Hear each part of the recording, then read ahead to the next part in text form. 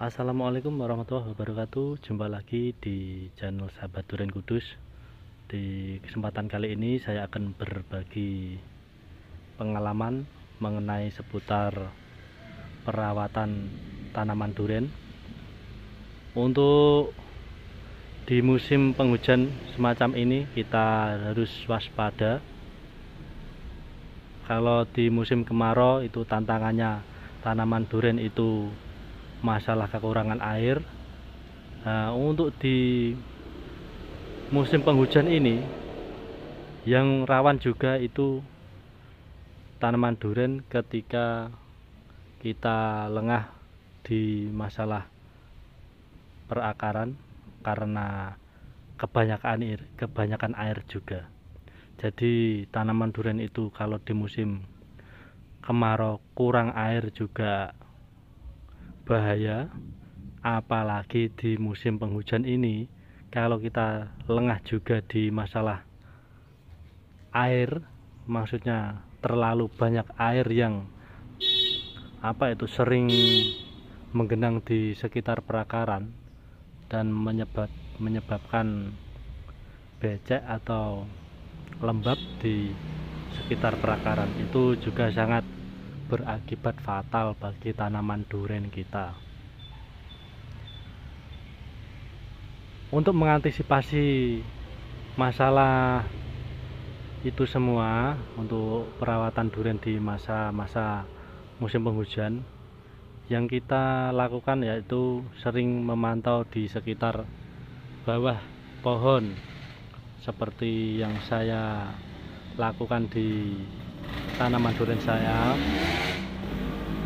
Perairan itu harus selalu lancar, maksudnya instalasi air hujan itu jangan sampai sering berhenti di sekitar batang pohon. Di musim penghujan ini air kita usahakan selalu mengalir lancar, artinya di sekitar batang pohon itu kita buatkan saluran air. Jangan malah kita buatkan kita buatkan kotaan atau kita buatkan gundukan di sekitar batang pohon yang mengakibatkan air hujan malah sering menggenang. Itu sangat berbahaya karena di masa-masa musim penghujan ini kalau di sekitar akar pohon duren sering lembab atau sering becek, itu mengakibatkan banyak hewan-hewan yang sering menyerang di perakaran, seperti banyak cacing, banyak lentor. Itu sangat menghambat pertumbuhan akar yang bisa mengakibatkan pertumbuhan tanaman duren kita terhambat. Ya, solusi yang paling mudah itu kita harus seperti ini ya teman-teman. Pokoknya di sekitar batang memutar kira-kira ya, kalau tanaman kita seperti ini ketinggian 2 meter, atau menyesuaikan ukuran tanaman duren kita lah, minimal di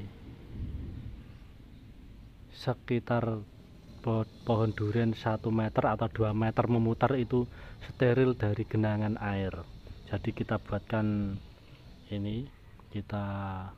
buatkan tempat air mengalir ini ya. Nah, jadi ini tidak sampai ada genangan di sekitar batang pohon duren. Nah, cukup dengan menata aliran air dan melakukan pemupukan yang rutin, itu insya Allah tanaman duren kita bisa tumbuh subur.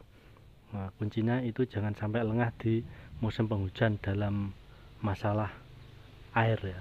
Kalau tanaman duren itu banyak air, itu nanti akarnya busuk karena lembab.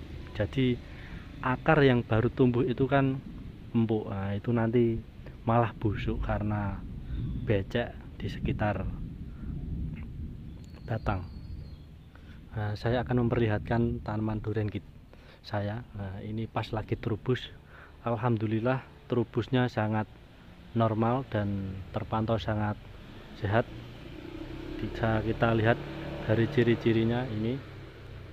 Kalau ruas-ruasnya itu ketika tumbuh itu langsung panjang-panjang, itu menandakan tanaman durian kita subur.